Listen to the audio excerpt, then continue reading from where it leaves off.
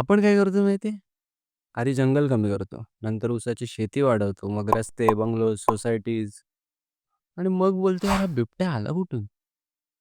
हे म्हणजे असं झालं, की यार तुम्ही एक एक्झाम्पल म्हणजे आपण एखादी पार्टी ठेवतो आणि त्याच्यामध्ये जेव्हा पब्लिक जास्त येते, गर्दी वाढते, तेव्हा बोलतो, "यार हे एवढे लोकं आले कुठून?" बात तो सही है. आणि याच्यावरती सोल्युशन काय आहे? ते स्टरलायझेशन.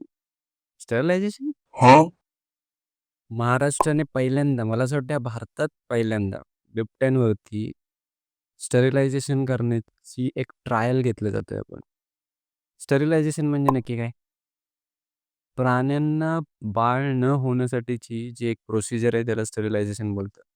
आणि जुन्नरमध्ये ॲक्चुअली लास्ट इयरपासून फॉरेस्ट डिपार्टमेंटने रिक्वेस्ट केलेली होती या गोष्टीसाठी, पण ते आत्ता ह्या लास्ट वीकमध्ये अप्रूव्ह झाले. यार पण मला तरी हे नाही पटत आहे. म्हणजे प्रॉब्लेम आपल्या प्लॅनिंगचा आणि त्याचं सोल्युशन शोधायचं बायोलॉजीमध्ये.